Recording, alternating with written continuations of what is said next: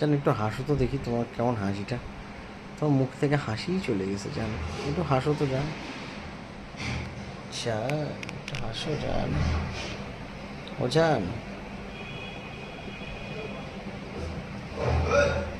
তুমি গালফোলা গোবিন্দর মায়ের মতন মুখ করে আছো কেন?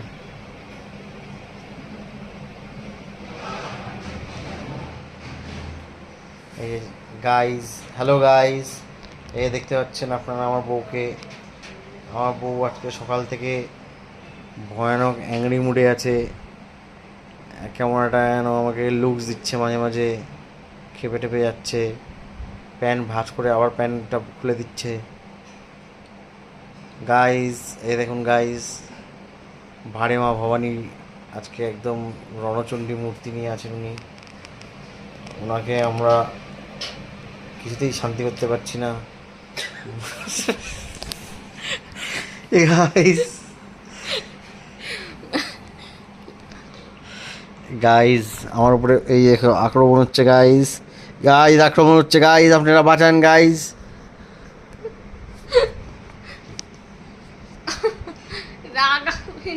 বলে যে মাথা মোবাইল কিন্তু ভেঙে দেখছেন গাইজ, দেখছেন ঘরে ঘরে ছেলেরাও যে অত্যাচারিত হয় তার একটা জল যাত উদাহরণ গাইজ।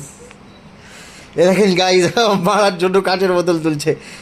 ভাগ্য হলো এখানে বিয়ারের বোতল ছিল না, নাহলে ওটা ভেঙে নিয়ে আমার পেটে ঢুকাতো।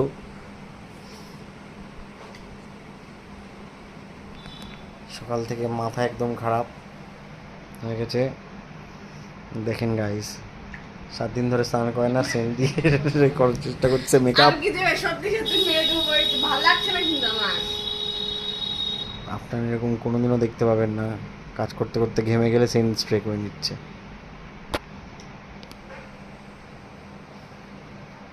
দেখেন গাইস, এই বাবা,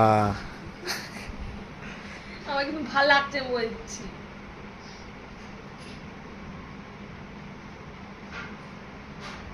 দেখেন গাইস, মাথার একদম ঠিক নেই। এ দেখলেন আপনারা, ভাঁজ করা জিনিস খুলে ফেলে আবার ভাঁজ করবেন। ওটা তো তোমার দাদুর শেখানো ভাঁজ। দেখেছেন গাইস কিরকম অশ্লীল ভাষা, মানসিক শারীরিক দুইভাবেই নির্যাতন হচ্ছে আমাকে।